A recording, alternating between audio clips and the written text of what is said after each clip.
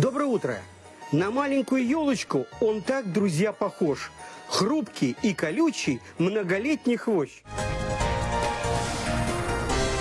Из многих видов хвоща в лечебных целях используют только хвощ полевой. Его можно узнать по прямым неразветвленным стеблям, которые направлены косо вверх. Их собирают все лето. Лучше это делать утром, когда на нем еще есть роса. Хвощ сушат, разложив тонким слоем.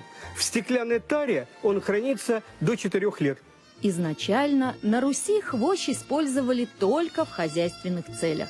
Травой очищали закопченную посуду, отмывали полы до бела и красили шерсть. Конечно, наши предки не подозревали, что эти свойства хвощу придает кремниевая кислота, содержащаяся в нем в большом количестве. Но со временем они заметили, что растение способно заживлять раны и полезно для здоровья.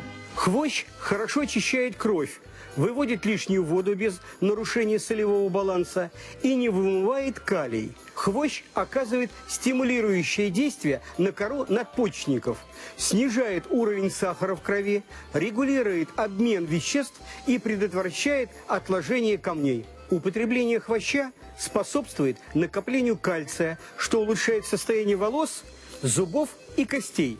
Также хвощ усиливает выработку коллагена, который необходим для сосудов, кожи, хрящей и соединительной ткани.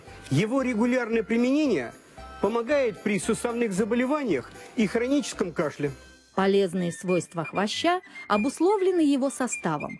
В нем присутствуют горькие вещества – кремниевая, щавелевая и яблочная кислоты, алкалоиды, около 5 мг каротина и до 100 мг витамина С. А еще в хвоще содержатся флавоноиды, которые являются одними из самых мощных природных антиоксидантов. Сегодня я предлагаю вам рецепт из хвоща, который поможет при сильном кашле.